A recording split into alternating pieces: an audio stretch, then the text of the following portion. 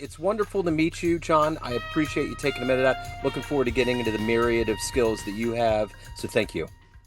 All right, no doubt. Thank you for having me on the show, man. I really Yes, appreciate that. yes, Big sir, time. man. Yeah. Yeah. So let's begin our journey into your work by asking you this. 5 years ago, we were completely getting entrenched in this pandemic. Lots of Yeah. unknowns, lots of change. How did you ultimately survive the pandemic, and how has it reverberated into your life today? Yeah, I think the thing that's amazing is working in the healthcare industry. We didn't have no time off. We still were open 24 hours, 7 days a week. We were still taking clients into our facility. And so it was almost like we couldn't miss a beat, you know what I mean? And that was the part that was challenging, because as everybody else was in the house and they had some barriers towards the COVID at that time. We still had to go to work. We still had to pump it out, and that's why it was such a season of uncertainty. It was a season of uh, a lot of indecision, because we didn't know exactly what we was dealing with, So we had to still come to work. We still had to push through. We still had to be all that we needed to be for the clients, as well as trying to be the best version of us, as individuals. So it was a challenging season, definitely challenging. So, with the dust settled, so to speak, here in 2025, if I was to put you in front of a bunch of grade school kids, kids always get the truth out of us. If I put you Yeah. in front of 12-year-olds at career day and the kid in the back of the room is like, hey, what do you do for a living? How do you answer them? Oh, yeah. So I believe in my heart. I'm a clinical support specialist if you go, specifically. But my desire, my job is to motivate and encourage people to live their best life ever. And one of the things I would love to tell the 12-year-olds, if we could do like a Q&A, and I would have three questions for them to help them to navigate this life at an early age, because if they could know how they're gifted at an early age, man, how many things I could have avoided if I knew I was already gifted in this type of area of teaching and motivating and encouragement people. I would love to tell them that. That's what I do all day, every day. And I love it. I love it. So, what did you want to be when you were 12 years old? What was your dream life? So the dream life back then, I know I had some of the craziest goals. I wanted to be a accountant. I wanted to be a bartender. I wanted to be a photographer. I wanted to play basketball, so it was a myriad of things. I wasn't limited to, being in Flint, Michigan. Basically, the only thing we had was General Motors, so I was like, I cannot work for General Motors. I love what they've done for our family through my mom and my dad, but I could not see myself on an assembly line and just, putting, parts on a motor. I couldn't see it, man. Couldn't see Yeah. it. So we have a Ford plant here in Kansas City. It's in a Okay. town called Clay Como. So there was a lot of people that worked at the plant, and I had a good friend that told me stories about it, and I was like, man, like the money and the pension and all of that's good, Oh but what yeah. they have Oh to yeah. do and how just how the flow works, it's like it's Yeah. hardcore. Yeah, oh yeah, for sure. And it was just that my mom worked on parts of army tanks. She knew that part, which was amazing. And then my dad worked on sunroofs. So, but it was just knowing that you're doing the same task over and over, pretty much every day, all day, for years. And I was like, man, I want to do a little bit more than that. So that's why to know the generation that we grew up in, where it was more of, if you went to work and you did an awesome job at your job and you came home every day, that was pretty much the life, versus how we live today. We're trying to be, the fullest version of who we can possibly be. So there's definitely a difference in the generations. So take me back to your childhood in Flint. Other than Yes. having this idea that you really did not want to get into that industry, Yeah. what were the foundational seeds that were planted into you that made you want to not only help people but to get into healthcare and have a different path in life? Yeah. I was super grateful that my sister, she worked with special needs kids. And so that was inspirational for me, knowing that, she had to be the nurse, she had to be the therapist, she had to be the teacher. She would give me the whole gamut. And to see her be so phenomenal at what she did and how she blessed the hearts of those kids, because she had to be their parent sometimes. She had to buy them school supplies. When I say she was almost like a parent away from the home, and to see how engulfed she was and how happy she was and how fulfilling it was for her, it motivated and encouraged me to say, you know what, I want to be a teacher and I want to encourage and motivate people. So that was a big inspiration for me. So I'm super grateful to my sister Pam for doing that and being who she was. Well, I can tell you, I my son Miles is 20 and he's on the spectrum, so he's been in Uh, that special education world, and I'm always yeah, very, I always admire everybody that works with those kids because it's a different world, man. It's one that it's new every day. You got to navigate not only one kid but multiple, and there's a lot yeah, going on. That's for sure. yeah. And you have to really zone in on each kid. Yeah, That's the thing that's different. We were corralled through, school when we were growing up. But with the special needs people, you have to, give them their individual time. yeah, So I was super grateful. I did that for 18 years of working with special needs, Down syndrome, autism. And then I did 8 years of working in psych, so bipolar, schizophrenic. And then I did 8 years right now of doing drugs and alcohol. So I love being around people and helping. You almost want to say, we used to use the word down and out, but it was helping people that, guess what, they needed that extra attention. So it's beautiful to be able to be there, and sometimes it's just being there and just listening. yeah, Really, it's not even so much that you're giving them some answers to something. It's just helping them to discover and being, and it's just like with all of us, we want to be heard. So when you've been blessed with two of these and one of these. So when you cover up one of these and you cover up one of these, you still have another ear to listen twice as much as you talk. So if yeah. we could just sit there sometime and just really pay attention and let that person have their moment, man, that thing just helps the person shine in their life. So it's exciting to see that. How did you provide a buffer for you? Because that's heavy stuff between the special needs world, drugs and alcohol, all of those things. How did you protect and make sure that your soul was protected while you helped them? What was kind of the equilibrium? Well, my faith is a big part of this. I'm super grateful of my relationship with Jesus, and I'm super grateful, man, that I wanted to be a whole man. So it was this book I read back when I was 18 called The Total Man, and it dealt with the finances, it dealt with the healthy relationships, it dealt with the physical, it dealt with the mental, and it dealt with the spiritual. And I was like, man, this is just phenomenal to me. So by the time I always tell people, I say, by the time I'm, working on my finances, by the time I'm trying to keep these relationships around me healthy, by the time I'm trying to physically take care of my body, because I've always wanted to be in shape, uh, that's really important to me. That's a great outlet. It's therapeutic for me. I love to read a lot. So it's amazing to me that I went to school and graduated with a 2.136 grade point average. But I read so much and I'm also teaching. I'm like, that's kind of like an oxymoron to have that such a low grade point average, but to love to teach people. And then also the dynamic of my spirituality, with my relationship with God, and that's what keeps me grounded. It keeps me whole. So, who has been kind of an inspirational force besides spirituality? Who has been in your life that's allowed you to evolve and to find your voice and what you need to be doing and doing it at a high level?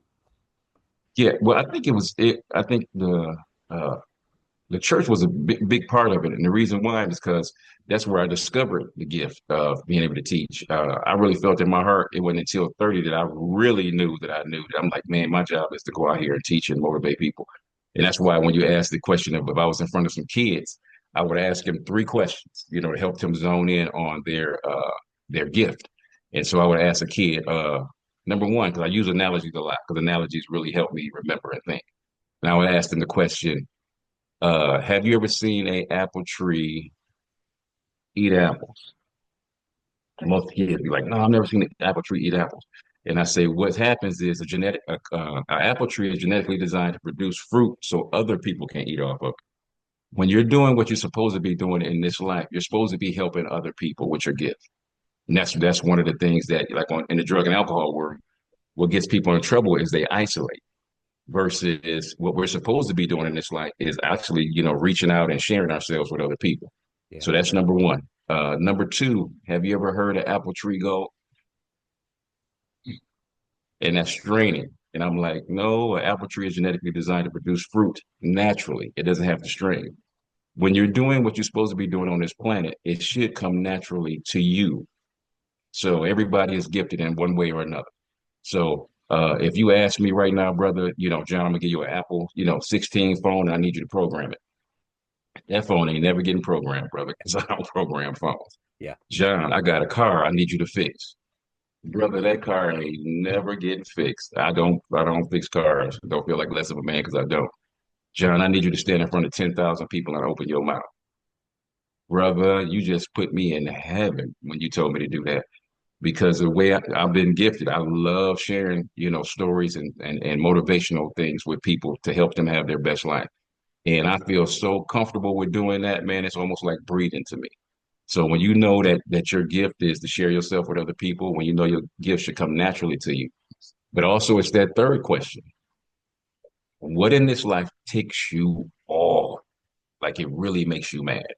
And so one of the things that really makes me mad is when men don't take care of their kids. That's just such a thing that just really bothers me. So I take the energy of that making me really mad. I take the energy of it and I teach men at the recovery center Yeah. how to be there for your kids. So there is something in this on this planet that is supposed to make you really irritated. And I really believe in my heart, God placed that in your heart to irritate you so you can be the person that actually changes that thing. And that's why, like my role models, which I never met and wish I could have, is Martin Luther King. Yeah. He was motivated by encouraging people to say, you know what, we deserve to be on an equal playing field. Being the best version of ourselves.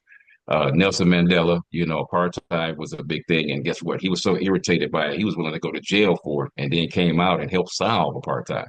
Yeah. So if we could have that thing in us that that says, you know what, this really irritates me, and the thing about it is, you can't get irritated at the people around you that it doesn't irritate them that much because they're not the ones that's gifted to change it. You are. So that's why it's a personal thing that you're supposed to be just irritated about life in an area that you can actually help change and make a difference. So you had mentioned getting in front of 10,000 people, and clearly you're Yes, sir. you're comfortable being in that environment. Who, of all the speeches and presentations you've seen in your life, what's the best one that you've witnessed? Oh my goodness. I really wish I could narrow it down to one. Yeah. I've got the TD Jakes, you've got the Eric Thomases out there. I got the Les Browns, I can go on and on, Zig Ziglar, some of the greatest motivational speakers, and they're my inspiration to do what it is that I do.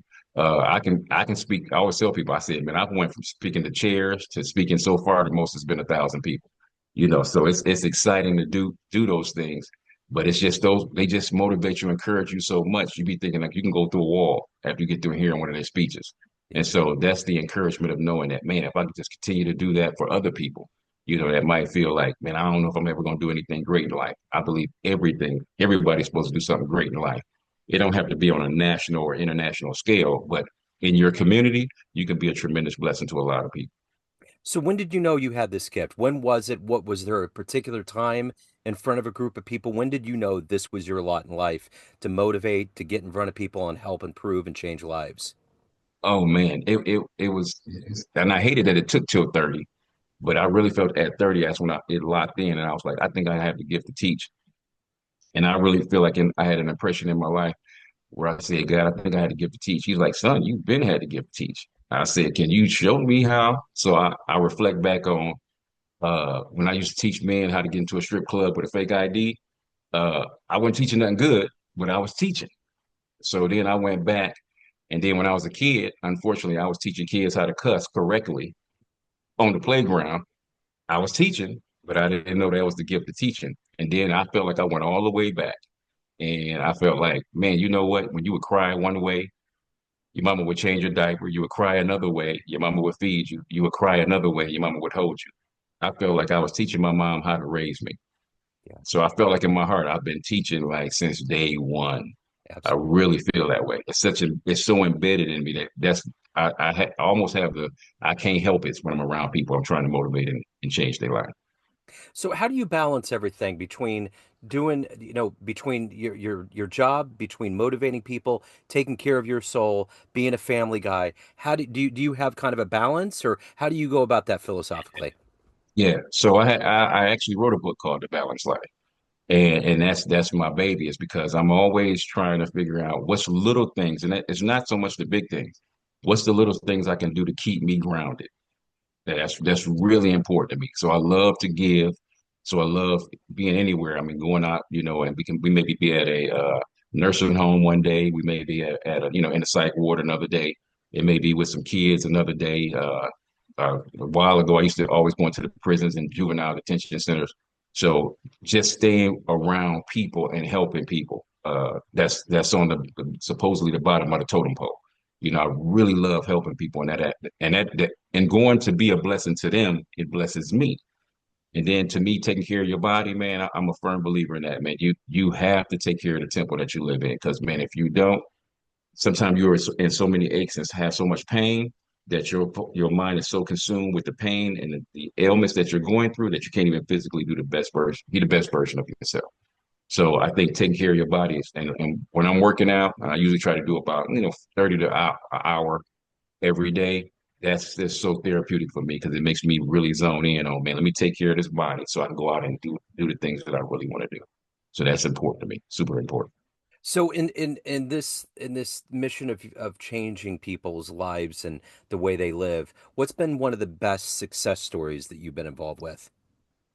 Well, it's this guy named Joseph. He lives in Boston, Mass. So he came out here and he used to be a mechanic of mechanics at United Airlines. And so he came out here to Tucson, Arizona from Boston. And he came out here in the month of May. Never forget it. And his son was about to graduate from high school. And he was in our 30-day program. And during the 30 days he was here, his son was graduating from high school. So he could have easily got on a plane, flew back to Boston, Mass, enjoyed the graduation, but he knew he was scared that if he went back to celebrate his son's high school graduation, he was going to get drunk and this whole process was going to start all over again. So he braved it out and FaceTime his son's graduation. And I'm like, bruh, that's a major, major thing to do. Because how many times did you graduate from high school? One time. Bro, that's one of those things. Once you miss it, you can never go back and do it over again. So Joseph paid the price of not going to his son's high school graduation. But since he did that 30-day program, he's been clean for over 7 years. He hasn't missed his son's college graduation, his son getting married, and he hasn't missed his son having a grandson himself. So he paid the price and did the work, and man, he's still successfully staying sober. And the cool part is, every 6 months, me and him contact each other, whether we call each other or we text each other, and we give each other an update of what's going on in life. So to see that after 7 years, he's still maintaining his sobriety, he's about to retire and move to North Carolina where he's had a house built, and he's living his best life because of the work that we did 7 years ago, and him knowing that he always says my favorite line that I always say: valuable information applied equals success. So every time we text each other, he always ends the conversation with that, because he said that was such a blessing for him to know that, just what, I don't want to just know the information, I want to apply it. And there's always that difference of you people, because people know what to do, but getting the seeds from the barnyard into the dirt, that's usually a major move right there. And when you can get that from there to there, that's when the magic happens. That's when the blessings start at. So you have to deal with a lot of heavy stuff, helping people Yes, sir. get to a better place in their lives. So let me ask you this: if you could walk into a room of all your clients, everyone that you've known and helped and worked with throughout your life, and you could tell them one fun story, one fun anecdote, maybe your first concert, you wrestled an alligator, you jumped out of an airplane, you outran a bear, something fun. What would you tell that Yeah. room of people? Oh man, I think it was the time that I had went to Florida. And I used to have a major fear of water and a major fear of heights. Major fear. Like, bro, I felt like anytime I went up to a high building, I felt like almost my body was gravitating towards jumping off the building. It was just this fear. And so, man, I got a chance to go to Florida, man, and do some zip lining.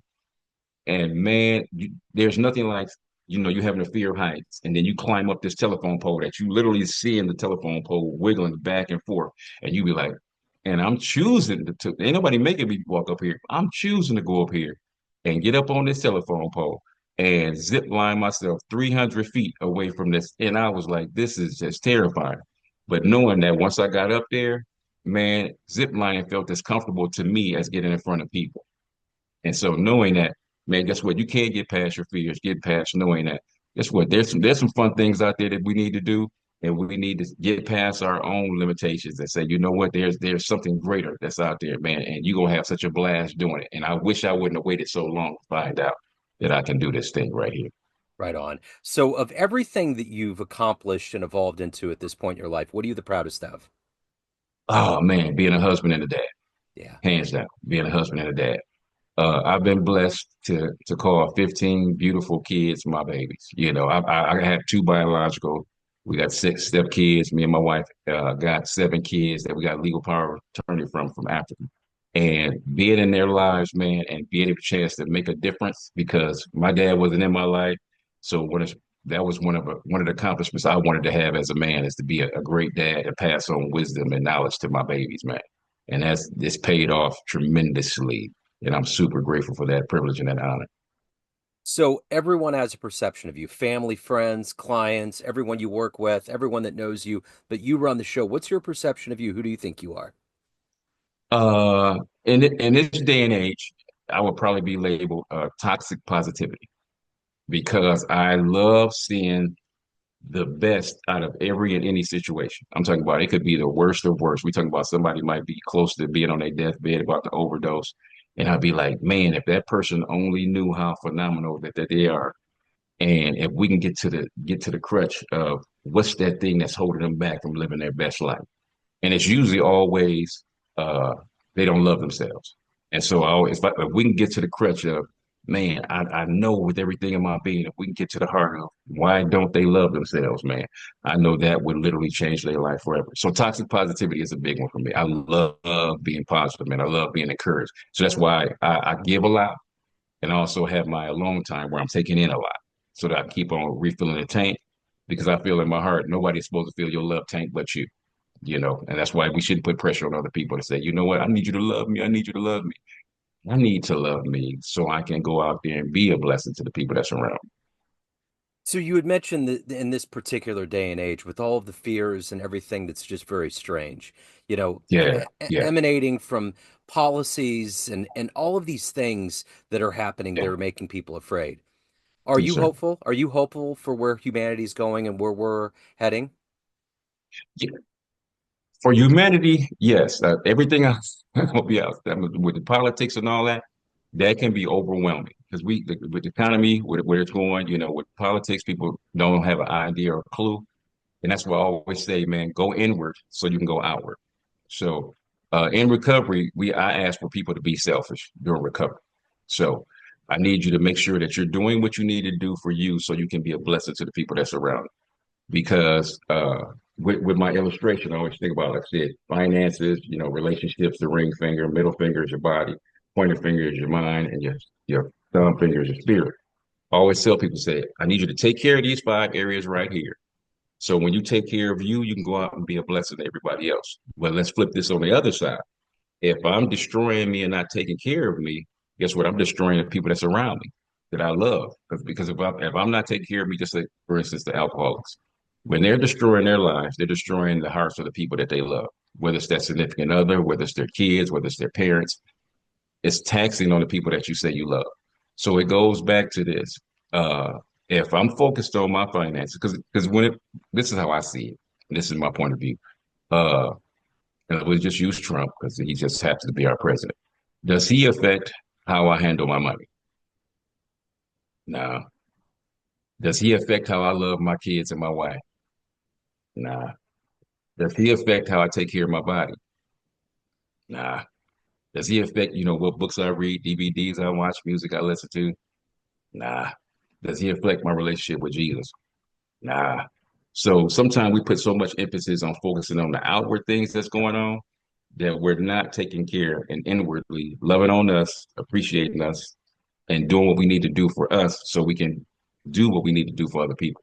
So when we do that, and I just believe we should at least spend at least an hour on ourselves every day, Yeah. at least an hour, and where you do all your inward work for you so you can be there and be grounded and be solid on what you need to do and go out and conquer the world. Wow, I love that answer. So if anyone wants to pick up your books, they want to hire you, they want to learn more, any questions, where's the best place to go? So we have a website called Kingdom Servants First, KINGDOMSERVANTS, the number one ST.com. And they can go pick up my book, which is The Balanced Life, dealing with those five areas. And then my wife has two books on there, which is phenomenal. She's wrote a book called The Healthy Relationships. And then she also wrote a book on the unraveling. So she had to conquer having two brain tumors and becoming the woman that she is today. And man, she's had to do a lot of work, and she's been a blessing. That's wonderful. Man, this has been great. I love your energy. I love your positivity. Thank you so much. Keep changing the world, man. I appreciate your time today. I appreciate you having me on the show, man. It's a blessing. Thank you. Keep on doing what you're doing, man. Yes, sir. Please. We need you. Absolutely. Thank you, man. Take care.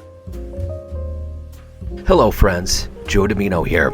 I just wanted to let you know that after 30 years or so, I have finally released my first book of poetry through the mighty Spartan Press here in Kansas City, Missouri. As the creator and host of both Neon Jazz Radio and the Famous Interviews with Joe Dimino podcast, along with being a visual artist, I'm ready to embark on a new adventure and want you to be a part of it. You can get a copy online via Barnes & Noble, Amazon, and actually on the streets in Kansas City at the great Prospero's bookstore off 39th Street.